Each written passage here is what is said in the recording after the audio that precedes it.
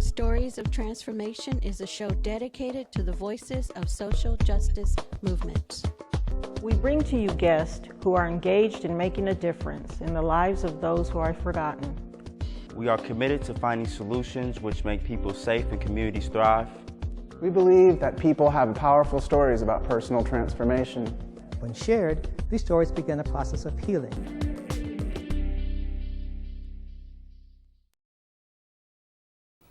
Welcome to Stories of Transformation. And I have one from this week. One morning, I woke up and went four doors down to a friend's house to just say hello. And in the dining room was Aurora Levins Morales. I'm sure that many of you have heard about her, have read her poems, read her books, and have been moved by this incredible, incredible spirit that's alive amongst us. I will be introducing you soon to Aurora, but I wanted to share with you some of what I went through while finding out about her and reading some of her work. I was so moved to hear a voice that was telling story that I've heard before, doing narratives that I've read before, but in a way that it felt that a human person was speaking to me as a human person, that a woman was speaking to me as a woman, that a spirit guided by magical things, because she is a magical person, was generously sharing with us her story in a very personal way, but also in a teaching way. And I have been just so thrilled the last 2 days and been waiting to bring you Aurora Levins Morales. Welcome. Thank you so much. How are you doing these days? Because you just have this new book that's come out, and it's very exciting. It is very exciting.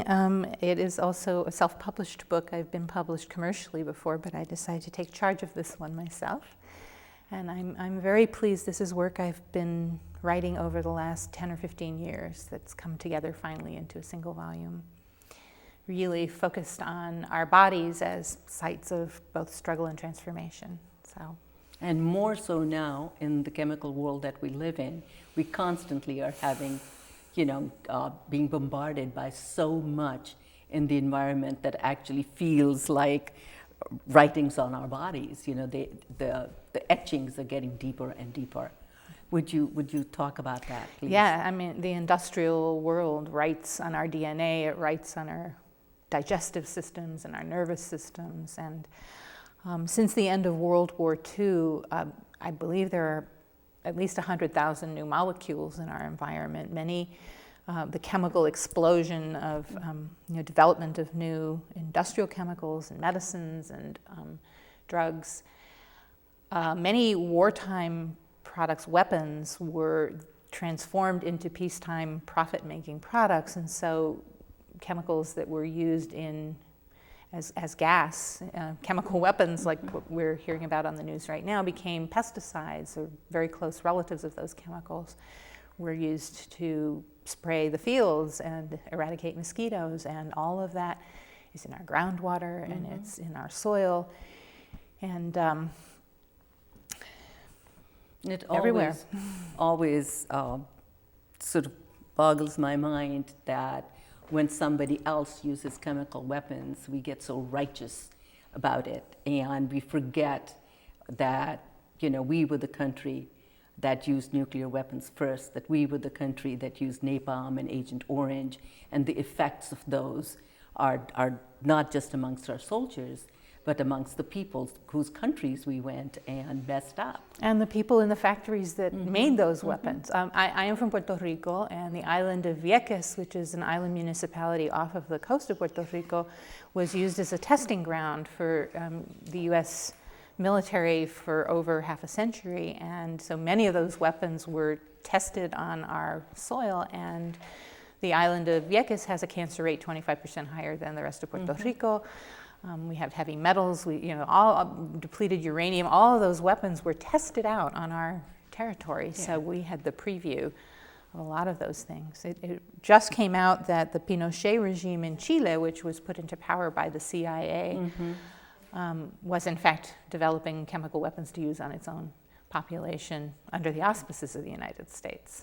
Yeah, it's history has been confusing, let's say, because to me, I grew up in a country that was colonized by the British for hundreds and hundreds of years, and to have read the history of my own country written through the eyes of the colonizer, it was as though India really was nothing before they came and had no, with just people running around and we were sitting around waiting to be conquered, yes. Waiting to be conquered and waiting to be shown what life really needs to be. And you talk about, you talk about oppression a lot. And then it sort of ties into trauma. And to me, it's like it's the same photograph. So, and your words are very, very beautifully written and powerful. And I was touched, I live with post-traumatic stress disorder. So having lived in Vietnam for 2 years during the war, and other, life things that we don't know quite how to heal because more keeps compressing us. So trauma is not usually an incident and then life is dandy, especially when we're talking about the trauma of oppression. It's a question of how do we heal while the trauma is continuing to be reenacted on us. I mean, to me, the difference between trauma and oppression is a matter of scale. It's whether you're zooming in with the microscope or pulling back with the telescope. But a large proportion of the trauma that we experience as individuals is made up of social traumas, is made up of large-scale oppression. But because this society focuses so much on individual experience and not on collective experience, sometimes we lose track of that context for what is causing our suffering. My path of activism is as a storyteller, because I find that the individual stories linked to the larger picture are really what have the most power to move us and to help us think outside of the narrow box of interpretation. You were mentioning colonial history books, and I also grew up in a colonized country. Puerto Rico was a colony of Spain for 400 years and is now a colony of the United States. There's a wonderful South African saying that I used to always start my college lectures with, which is that until lions write books, history will always glorify the hunter. And as a historian and a storyteller and a poet, I'm always looking to tell the lion's version of history. I got that pretty quickly after I started to read your work. And that was a quote that really, because it's true.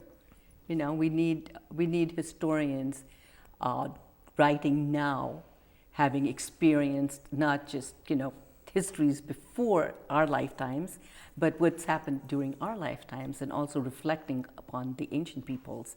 And the book that you wrote, where you're talking about Puerto Rican women and their history, would you talk a little bit about that? Because I thought that was precious. Yes, that book took me 10 years to research and write, and it is a retelling of the history, really, of the Atlantic world, of the lands that lie around the shores of the Atlantic Ocean, with Puerto Rican women's history and lives at the center, and spreading out from Puerto Rico to all the countries from which our ancestors came, the countries where the products of our labor end up, trying to place Puerto Rico in a larger context and tell the story through women's lives. And my concept in writing the book was to create what I call medicinal history, a history that would be an antidote to the poison of colonialism, the poison of sexism that leaves women, Puerto Rican women, feeling that we are somehow at the margins of the real events in the world. As many women in many places do, yeah. I mean, we're essentially taught that a few white kings and presidents are the stuff of history and the rest of us are in the audience. Yeah. When in fact, that's the opposite of what is really true in terms of how the world moves forward. I spent a lot of time researching the lives of many different types of women, both in Puerto Rico and in West Africa, in Europe, in the Americas. Yeah, because you make that tie that, there were definitely semblances of that all these cultures had somehow blended and mixed and got a little bit of criticism around the issue of how could you connect Spain or the Spanish with the presence of older Puerto Rican women, or women in history. I read some rumble I about don't know. that. I never heard that rumble. Okay, I'll have to show it to you. But later. my work is always, as a poet, as a historian, as a storyteller, is to reveal connections that we aren't aware exist, things that seem to us to be separate, but none of us are separate. The currents of world events in history, the movement of oppressive forces in economics and liberation movements doesn't respect borders. And I mean, here's an example. The general who led the U.S. invasion of Puerto Rico in 1898, General Nelson Miles, was the commander of many of the wars against the people of the Great Plains. He was not present at Wounded Knee, but was the commander of the massacre at Wounded Knee. He was the general to whom Geronimo surrendered. So he was involved in the conquest of those lands from Native American people. He was involved in suppressing the Pullman Railroad strike. He was involved in a wide range of oppressive activities. That links me to the people at Wounded Knee. It links me to the Nez Perce as they're fleeing to Canada, because we were being oppressed by the same individual. I had an experience once when I was speaking at a college in Michigan. I was talking about codfish in the Atlantic and how fishermen from Portugal were fishing the fish, and it was being packed into salt barrels in Nova Scotia and sent to the Caribbean as food for enslaved people working the sugarcane fields, and how that fish united all these different people. And this man came up to me after the reading and said, I come from a small Nova Scotia town, and we worked packing salt cod as a kid. And I said, we ate it for breakfast with boiled green bananas. And he said, we ate it with boiled potatoes. And we threw our arms around each other. Yes. But there are these economic links where our labor travels to other places, and the things that we use every day come from other people's labor. And that makes us kin. But the pressures of individualism and the way in which oppression has divided us from one another make us think that these stories can't possibly be connected. Yeah. People always reach for connection. That's what I collect those stories. Yeah. When you look at the way you're just talking about, everyone gets connected through things that we might not even be aware of. Do you think that we're losing some of that through the way globalization is working, and how everything is, commercial, and everything is just copy this and you'll be, a member of the cultures are really being demolished through the invasion of American television and American story, and the way American story is told about the rest of the world. And we start believing that that is the true story. I think globalization is a double-edged thing. Because at the same time that there is the exporting of really the worst of commercial pop culture in the United States, people are also exchanging stories in other ways. I mean, the internet allows kinds of communication between people in different places that would not have been possible 25 years ago. I was just hearing that on the anniversary of the Chevron explosion in Richmond here in the Bay Area, people in Ecuador who are fighting Chevron over horrific contamination of the Amazonian region of Ecuador, held a demonstration in support of the people in Richmond who had suffered from the same source. They knew about each other because of globalization. So it's a double-edged thing. Certainly all our cultures are under assault from that kind of flattening down to the lowest common denominator. Not only the commercialization of culture, but the pornographication of culture, really penetrating all over the place. But at the same time, there's also a people's globalization. Absolutely true. At the level of the community, the villages, the grassroots, the work that so many NGOs and women's groups are doing, connecting the stories, connecting people to each other, visiting each other's, cultures and villages and stories, and sharing. There is a larger and larger circle that's growing, that's very connected in terms of the way we think, what we believe, and also being people who can tell the truth from the BS, you know, because when I go home, it's incredible that in the morning I wake up and there's 5 newspapers, and they're from different regions, and there's at least 8 or 9 countries whose stories are being told, truth or not, but at least here you pick up the paper, and it's, you know, it's like who got killed, who got shot, and our kids are not learning about, you know, the things that at least we were learning as when we were children. I really want to know when that moment was when you knew that that there was something special that you needed to share and talk about and make change, because what you're writing does make change. Well, I'm told that I started personal change in me this morning. Thank you. I'm told that I started speaking at 8 months old. I come from an activist family, and from actually many generations of activists on my father's side, and so I was raised with a sense of history being something that we're responsible for shaping. So I was raised with that from a very early age. But my mother taught me to read when I was, in those days it was early to learn to read at 5. And I remember the moment in which the letters on the page became a word, and I thought, this is magic. I can write these shapes on a page and send them somewhere, and I can cause that person to think of the thing I was thinking of. I want to do this. So I was entranced with writing from an early age. And certainly ours was a very political family, and so I wrote poetry about political things. But I think for me, the turning point from being a child of activists to being one in my own right was the summer I was 14, when it was in 1968. My family spent a summer in Cuba. And I went from a high school in which I had to raise my hand to go to the bathroom, and we were parked in homeroom and were given make work and not considered substantial people, to a place where everyone wanted to know my opinion about what was happening in Vietnam, and where young people my age were participating in the society in this full-fledged way. And where, as you say, the newspapers had coverage of the entire world, places that you don't know exist in the United States unless there's a war there that affects the U.S. And I would open the paper and there'd be stories about Chad and about Burma, and people riding the bus knew about these other countries. And I think also because I came from a poor area in Puerto Rico, although my family wasn't poor, seeing Cuba, where people who looked the same, who spoke in the same kind of Spanish, and the landscape was the same, had housing and education and medicine, and were in charge of their lives in a way that my neighbors and my family were not.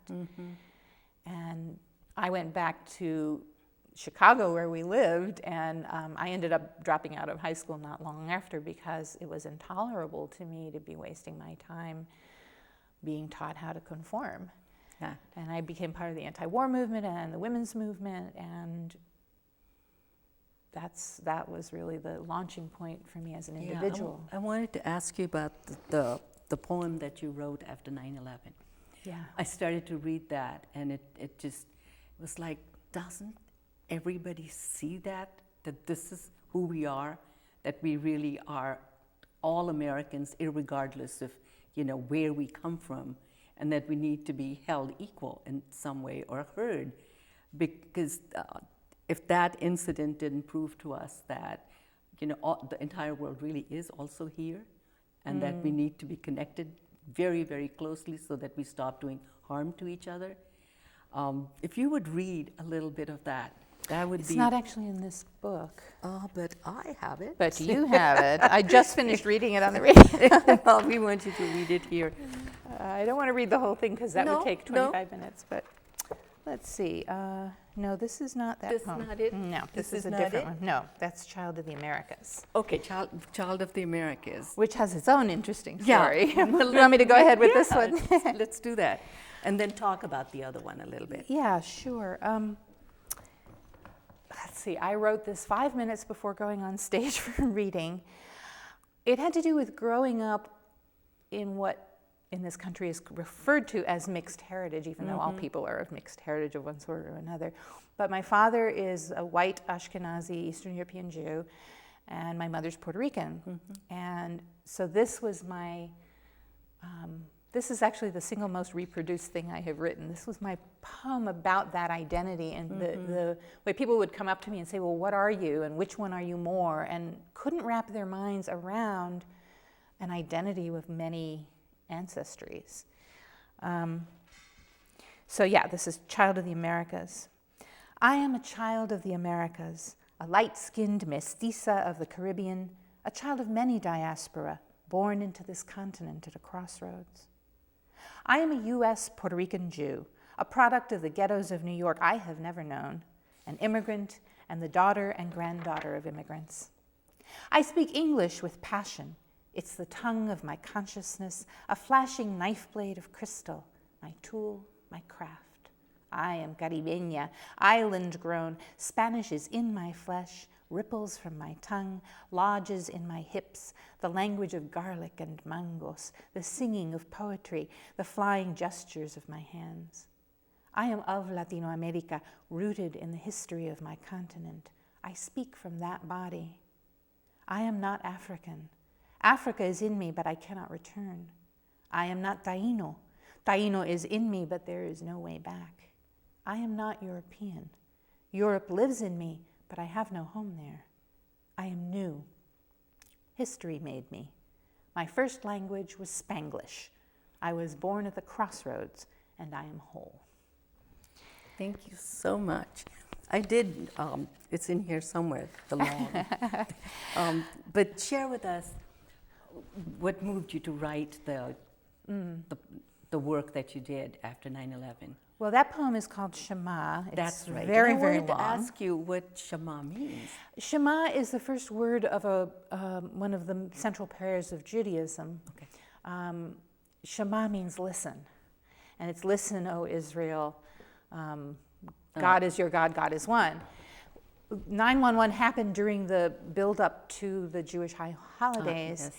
And I was at a writing retreat in Minnesota on the North Shore of Lake Superior, a very isolated place.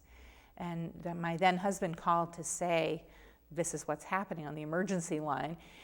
And so myself and another person from the center went into town to a town meeting, and I was really shocked at the things that people believed about the relationship of the United States to the rest of the world. They were saying, why would they hate us? And then somebody said, well, it's because we're the only free people in the world. And, our flag stands for hope and freedom everywhere else. And I'm thinking of the saying in Latin America, oh, poor Mexico, so far from God, so close to the United States. I mean, the U.S. Embassy is the source of conspiracy in every country where there is one. And I mean, wow.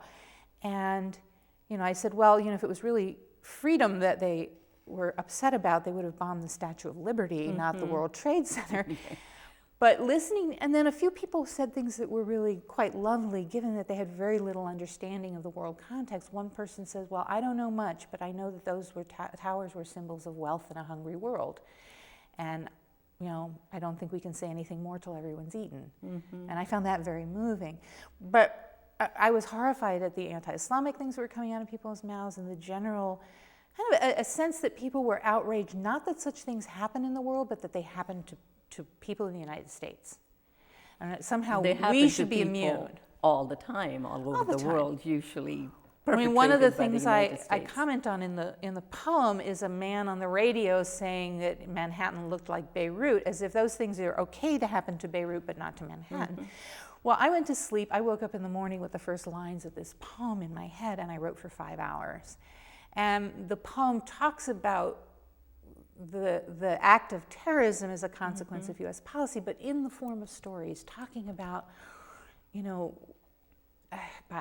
not really a poem you can really paraphrase, but I talk also about, that this is a place of both horrific oppression and hopefulness, but that hopefulness doesn't lie where they think it does, that it lies in the ordinary lives of ordinary people who have fought for every inch of freedom that they have and how much they don't have and are still fighting for. And I keep going back to the refrain, the warriors of many, war is one, playing with that Jewish prayer, but I end with a couple of lines from the Central American poet Roque Dalton, who said, altogether they have more death than we, but altogether we have more life than they. And I say, that is our hope, and our hope is one. You know, that really all anybody wants is peace and food on the table and the laughter of the people we love, and, you know, that we are accountable because the people that we live on, we're not guilty of what our government does. And I never say we about the U.S. government because I didn't drop napalm on anybody. I didn't make those decisions. But that we're not guilty for them. And I hate the argument that because our taxes pay for it, that makes us responsible. It's because we're human beings in the world. But that our standard of living is based on these wars being waged on people everywhere else. And that the economic the system rage that of those so people will fond of. continue to fall on us. Of course they were outraged. And no, it wasn't okay that was done, but I understand why it happened, and that's what I said for 25 minutes in much more poetic language than I said it right now. No, but you're that doing very poem well. then went on the radio, and it went viral on the internet. It was read at a lot of demonstrations to try and prevent war. And as a result of that, I began doing news commentaries in poetry on the radio for a period of time. That's my next book, is Poet on Assignment, which is a collection of those radio poems. Before we get to those, maybe you will read for us out of Kindling. I haven't opened this yet, so because I knew I was going to meet you and would get an opportunity to spend some more time with you later this week, I hope. But for our audience, I think that would be great if you could read for us. Sure. Let me say a tiny bit about the book. Okay. And more about yourself. Well, I'm not sure where to start. I'll start with the book, which is, I spent the last, for 6 months this past year in bed with a very bad back injury, really unable to even roll over in bed on heavy pain medication. And people responded to an appeal for help by being very generous and sending donations to help me get through that. At a point where the donations were starting to dry up, I thought, I need to do a fundraiser chapbook. Let me pull together a few things in my computer. And it turned out I had 250 pages of unpublished work that related in some way or another to the body. Because this is something I've been writing about for a very long time. I have environmental illness as a result of heavy exposure to pesticides when I was a child. And as a result of trauma, I also have PTSD. And as a result of a genetic liver condition that makes it hard for my body to get rid of poison, so they pile up in me. So I'm very conscious of our bodies as a sites of struggle and kind of where oppression lands. Yes. But I had a bunch of different pieces that were all touching on our bodies in different ways, ranging from disability and sexuality, from the interpretation of dark women's sexuality and dance in Puerto Rico, and sort of racialized issues around sexuality and dance and bodies, about environmental illness, about many, many different subjects that I pulled together into this one book. I thought maybe I'd read a little bit from, there's an opening essay, which I don't have time to read the whole thing of, but which was a paper that I gave from my bed by Skype for a conference about the Chicana writer Gloria Anzaldúa, who died of diabetes a number of years ago. And the topic was about why she had chosen not to identify as disabled. Well, I gave that about 2 paragraphs and then jumped into what I wanted to talk about, which was about how I survive really pretty dreadful chronic illness by expanding my sense of my body and understanding my connection to the larger political struggles. So I thought I'd read a chunk of this. I have heard that being engaged in social justice is a healing in itself. So I think that's been true for me at times when I felt I just can't do this. And it was like, yes, you must, because the work's not done yet. And anytime I think that we can expand our personal suffering and hardship to understand that it's systemic and not personal, it frees us from the part of suffering that is shame-related. so that we understand that we're suffering because of a much larger thing, and that it isn't about us. And no fault it's of not our own, fault. Yeah. So I jumped in the middle here to Ansaldúa wrote about what she called the Coatlicue state. It has to do with an Aztec goddess, but the kind of shattering experiences that allow new insight. So I took that and ran in a different direction. In the structure of a hurricane, the strongest, deadliest winds are closest to the core. But the core itself is clear, calm, full of light. Illness has been one long hurricane season for me. Chunks of cement and metal roofing flying through the air, big trees made into heaps of splinters and shredded roots. What takes me to the core, to the place of new insight, is listening with all my being to the voice of my own flesh, which is often an unbearable task. What lets me bear it is political, is a deep ecological sense of the web in which my flesh is caught, where the profound isolation of chronic illness forces me to extend my awareness beyond individual suffering, beyond the chronic pain of my muscles and joints, the endless exhaustion, the mind-bending buildup of toxins where nausea and nightmare meet, dragging me from my bed at 3 a.m. to lift cups of bitter tinctures to my lips with cramping hands and leach the poison from my own liver. In the steepest pitch, the darkest hour, in the ring of deadly wind, the only salvation is to expand, to embrace every revelation of my struggling cells, to resist the impulse to flee, and hold in my awareness both things, the planetary web of life force of which I am a part, and the cruel machinery that assaults us, how greed strips and poisons landscapes and immune systems with equal disregard, how contempt for women and the vastly profitable medical industrial complex conspire to write off as hysterical hundreds of thousands of us, bearing witness through decades in bed while we're told all we need is a change of attitude.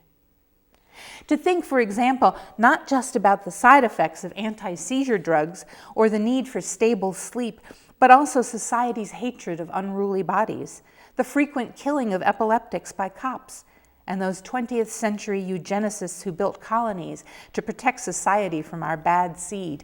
Yes, the same people who sterilized 37% of all Puerto Rican women of childbearing age, the same people who traveled to Nazi Germany to lecture about building a master race.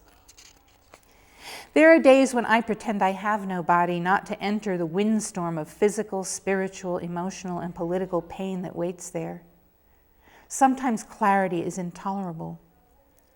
If I write about our bodies, I will be writing about the chemical revolution that began by retooling leftover weapons into peacetime product and has saturated our environment with 100,000 new molecules, which, in a reckless euphoria of avarice, we were all blithely assured would bring a better living to all. If I write about our bodies, I am writing about the land and what has been done to it. I am writing about unbreathable cities and abandoned coffee farms and tainted water, about starvation and death by thirst deliberately built into business plans.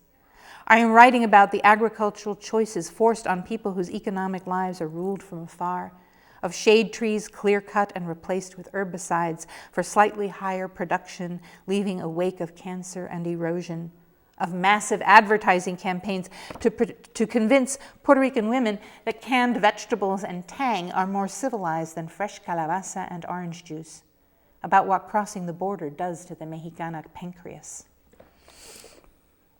And going deeper, allowing the pain, there is the moment when I come clear.